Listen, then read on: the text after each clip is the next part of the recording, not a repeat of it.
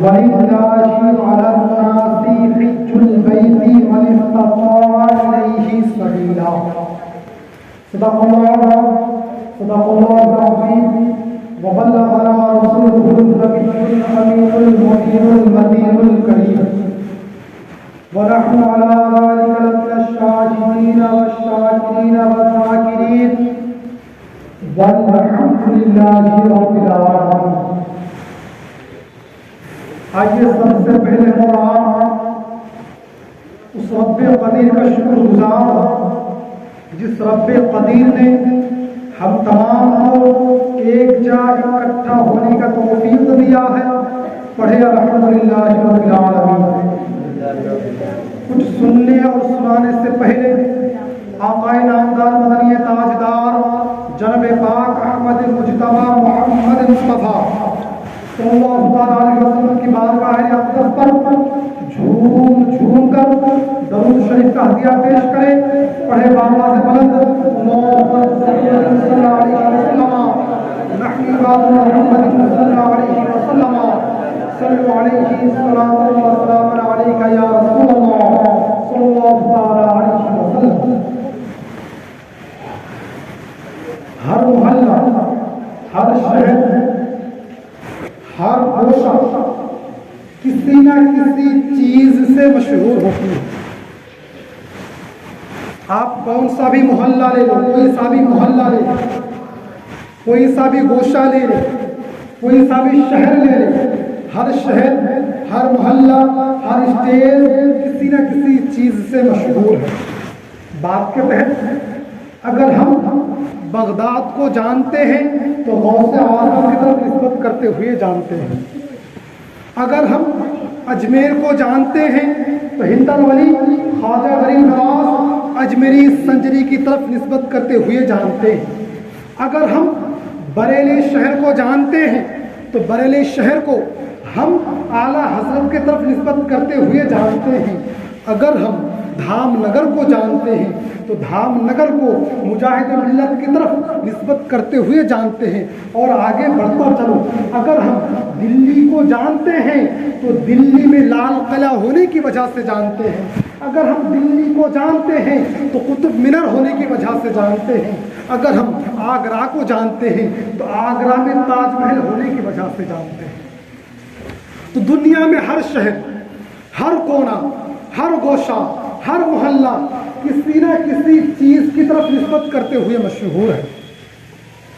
مسلمانوں قربان جاؤ، اسی نیلا گگن کے نیچے، اسی آسمان کے نیچے، اسی زمین کے اوپر ایک ایسا دوست شہر ہے جس شہر کو ہم کسی چیز سے نہیں، جس شہر کو ہم کھانے پینے سے نہیں، جس شہر کو ہم بڑے بڑے عمارتوں سے نہیں، جس شہر کو ہم ڈیزل پیٹرول سے نہیں، بلکہ اس دنیا میں وہ ایسے شہر ہیں جن کو مکہ اور مدینہ کہا جاتا ہے. اس مکہ اور مدینہ کو اگر ہم جانتے ہیں، اگر ہم پہچانتے ہیں تو میرے نبی کی طرف نسبت کرتے ہوئے جانتے ہیں. کیوں کہ مکہ میں پیدا ہونے والا میرا نبی ہے. مدینہ سے دنیا سے گزرنے والا، دنیا سے کوچ کرنے والے، دنیا سے وفات پانے والے، دنیا کے سامنے سے بظاہری زندگی سے پردہ کرنے والے میرے نبی ہیں. تو ہم مکہ اور مدینہ کو جانتے ہیں، نبی کی طرف نسبت کرتے ہیں. تو ہر شہر، ہر محلہ، ہر کوچہ، ہر گوشہ کسی نہ کسی چیز سے مشہور ہے. اللہ تبارک و تعالی کلام پاک میں ارشاد فرماتا ہے وَلِلَّهِ عَلَى النَّاسِ حِجُّ الْبَيْتِ مَنِ اسْتَطَاعَ إِلَيْهِ سَبِيلًا. وَلِلَّهِ اللہ کے لیے، عَلَى النَّاسِ لوگوں پر، حِجُّ الْبَيْتِ خانہ کعبہ کا حج، من استطاع اگر اس کے پاس استطاعت ہو، مال و دولت ہو، الیہ السبیلا اس راستے کی طرف جائے.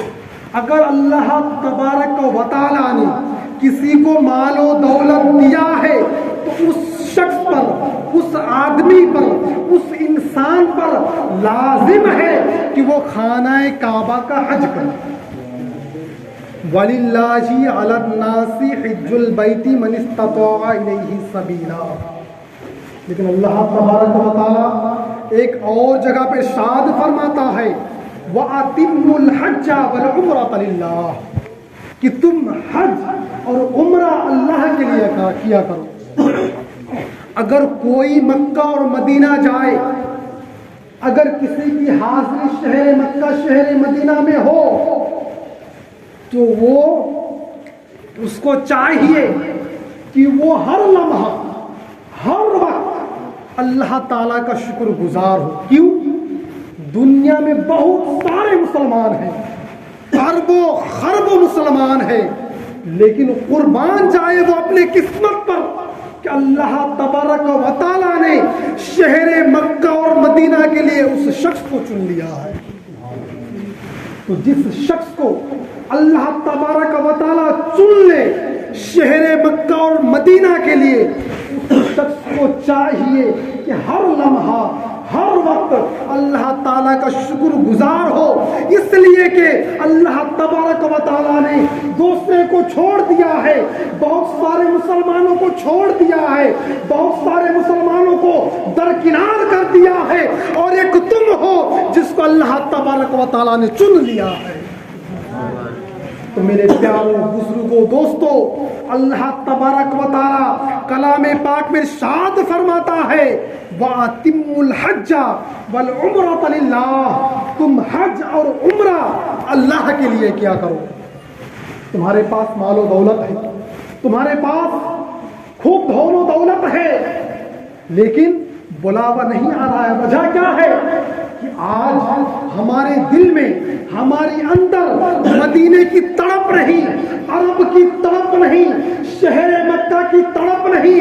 آج بھی اگر کسی غربا کے دلوں پر مدینہ کی تڑپ آ جائے، خدا کی قسم ہر حال میں اللہ تبارک و تعالیٰ اس بندے کو شہر مکہ کے لیے چن لیا کرتا ہے. لیکن دل میں شہر مکہ کی طرف، شہر مدینہ کی طرف ضروری ہے. آپ دیکھیں بہت سارے انسان ہے جس کے پاس مال و دولت ہے، جس کے پاس دھن و دولت ہے، لیکن شہر مکہ شہر مدینہ پہنچ نہیں پا رہا ہے. اگر اسے کہا جائے چلو گھومنے کے لیے، گوا تو گھوم سکتا ہے، کہا جائے گھومنے کے لیے انگلینڈ تو گھوم سکتا ہے، کہا جائے گھومنے کے لیے دنیا کے مکہ مدینہ چھوڑ کے ہر کونے کو گھوم سکتا ہے، لیکن مال و دولت ہونے کے باوجود جب خدا نے چاہا نہیں تو وہ بندہ کا حاضری مکہ اور مدینہ میں ہرگز نہیں ہوا. اپنے ناز، اپنے قسمت پر ناز کرنا چاہیے کہ اللہ تبارک و تعالیٰ نے اسے چن لیا ہے مکہ اور مدینہ کے لیے. آج ہم جامعہ حسینیہ کرامتیہ میں جو دو گانا ادا کرنے کے لیے آئے ہیں، جمعے کی نماز ادا کرنے کے لیے آئے ہیں، میرے پیاروں بزرگوں دوستوں سنتا چلو، اگر آج ہم یہاں پر ایک نماز ادا کریں گے، 2 رکعت جو جمعے کی نماز ادا کریں گے، ہمیں اگر ہم اکیلا نماز ادا کریں گے ہمیں 1 ثواب ملے گا. اگر جماعت کے ساتھ نماز ادا کریں گے تو ہمیں 27 گنا ثواب ملے گا.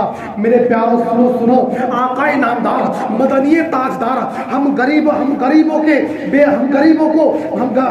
کے مدد کرنے والے آقا خود فرما رہے ہیں اے میرے امتیوں سنو، تمہارے دل میں جو مکہ اور مدینہ کے لیے تڑپ آئے گا، سنو تم بارہا سنتے تو چلو مکہ کی فضیلت کیا ہے، مدینہ کی فضیلت کیا ہے.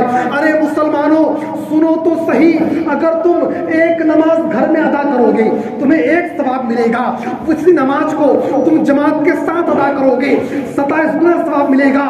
میرے مصطفیٰ فرماتے ہیں مسلمانوں تم میرے بارگاہ میں، میرے مسجد نبوی میں آ کر وہی 1 نماز اگر تم ادا کرو گے تمہیں 50,000 ثواب ملے گا. اور پھر میرے مصطفیٰ فرماتے ہیں کہ اے میرے غلاموں، اے میرے بندوں، اگر تم میرے مسجد نبوی میں آ کر تم 1 نماز پڑھو گے تمہیں 50,000 کا ثواب دیا جائے گا. اور اسی نماز کو اگر تم بیت اللہ کے سامنے پڑھو گے تمہیں 1,00,000 ثواب دیا جائے گا۔ تو ہمیں مکہ اور مدینہ کی فضائل سننا چاہیے، پڑھنا چاہیے۔ ذرا سوچے تو صحیح، ہم کتنے بڑے گنہگار ہیں، لیکن وہی گنہگار اگر خانہ کعبہ پر پہنچ جائے، اگر ایک نیکی کرے تو ایک نیکی 1,00,000 نیکی کے برابر ہے۔ مسلمانوں اب آئیے ذرا اور سنیں، خانہ کعبہ میں مکہ میں اللہ تبارک و تعالیٰ کا جلال ہے، بڑے بڑے صوفی، بڑے بڑے علماء، بڑے بڑے فقہا، بڑے بڑے شریعت گزار جب مکے میں جاتے ہیں تو اس کا پیر ہاتھ کانپنے لگتے ہیں، تھر تھرانے لگتے ہیں۔ کیوں؟ کہ اللہ تعالیٰ کی جلال ہے۔ خانہ کعبہ میں اگر کوئی ایک نیکی کرے اسے 1,00,000 نیکی کا ثواب دیا جاتا ہے، لیکن اسی کا برعکس ہے، اگر کوئی خانہ کعبہ میں ایک گناہ کرے، بیت اللہ میں ایک گناہ کرے، مسجد حرام میں ایک گناہ کرے، حدود حرام کے اندر، حدود حرم کے اندر اگر ایک گناہ کرے، اس شخص کے ایک گناہ کے بدلے میں 1,00,000 گناہ لکھا جاتا ہے۔ مسلمانوں آپ سوچیں کہ بڑے بڑے علماء، بڑے بڑے فقہا جب جاتے ہیں خانہ کعبہ کے پاس تو لرز جاتے ہیں، کانپنے لگتے ہیں، ڈرنے لگتے ہیں کہیں ایسا نہ ہو جائے، غلطی سے بھی ایک گناہ نہ ہو جائے، اس لیے کہ یہاں کا ایک گناہ 1,00,000 گناہ کے برابر ہے۔ ہر کوئی سوچتا ہے، دل میں خوف رہتا ہے، دل میں ڈر رہتا ہے کہیں گناہ نہ ہو جائے، کہیں گناہ نہ ہو جائے۔ پھر میرے پیاروں بزرگوں دوستوں اب آپ سنتا چلے، جب خانہ کعبہ پر وہ مسلمان پہنچتا ہے تو خانہ کعبہ پر وہ کانپتا رہتا ہے، لرزتا رہتا ہے، ڈرتا رہتا ہے، لیکن اگر آپ دیکھو وہاں پر بڑے بڑے فقہا ڈر رہے ہیں، کانپ رہے ہیں، لیکن ایک گنہگار کو دیکھو، ایک سیاہکار کو دیکھو، جو سیاہکار خانہ کعبہ سے واپس مدینے کی طرف ہجرت کرتے ہیں، مدینے کی طرف جاتے ہیں، گنبد خضرا کو دیکھتے ہیں تو ایک سیاہکار بھی جھوم اٹھتے ہیں، مچل اٹھتے ہیں۔ سیاہکار کو پوچھا گیا، اے سیاہکار تم تو گنہگار ہو، سیاہکار ہو، بدکار ہو، تمہارے گناہ اتنا ہے کہ پہاڑوں کی طرح ہے، لیکن تم کو تو دیکھا ہو خانہ کعبہ کے پاس تم بہت پیچھے تھے، ڈر رہے تھے، لرز رہے تھے کہیں گناہ نہ ہو جائے، کہیں کسی کو تکلیف نہ پہنچ جائے۔ کیا بات ہے، کیا وجہ ہے کہ تم گنبد خضرا کو دیکھتے ہی جھوم اٹھے ہو؟ کیا بات ہے گنبد خضرا کی طرف نظر جاتے ہی تم مچلنے لگے ہو؟ بات کیا ہے، وجہ کیا ہے؟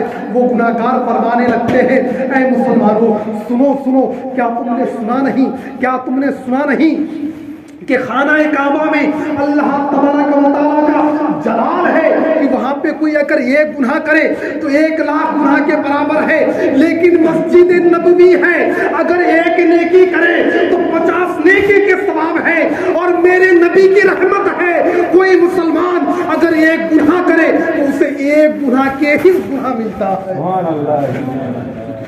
اب دیکھیں نبی کی جمال کو دیکھیں، ثواب مل رہا ہے 50,000 لیکن گناہ صرف ایک۔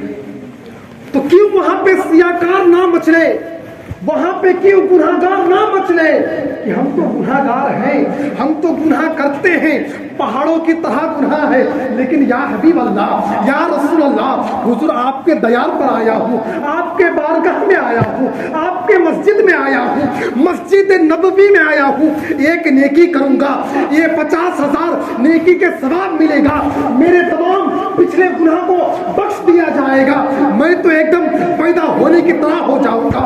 اگر مجھے موت آ جائے میں جنت میں جاؤں گا، مگر مجھے موت آ جائے میں جنت میں جاؤں گا۔ تو میں گناہگار تو ہوں لیکن خوشی اس لیے منا رہا ہوں کہ یہ در کسی اور کا نہیں بلکہ تاجدار کا یہ در ہے۔ وہ مسلمان، وہ گناہگار جب شہر مدینہ پہنچتا ہے تو خوشی سے مچلتے ہوئے پہنچتا ہے، اس لیے کہ وہاں پر ایک نیکی کریں گے تو 50,000 نیکی کا ثواب ملے گا، لیکن وہی مسلمان سے اگر خطا ہو جائے، ایک اگر خطا ہو تو ایک ہی خطا کے برابر گناہ ملے گا، 50,000 نہیں۔ میرے پیاروں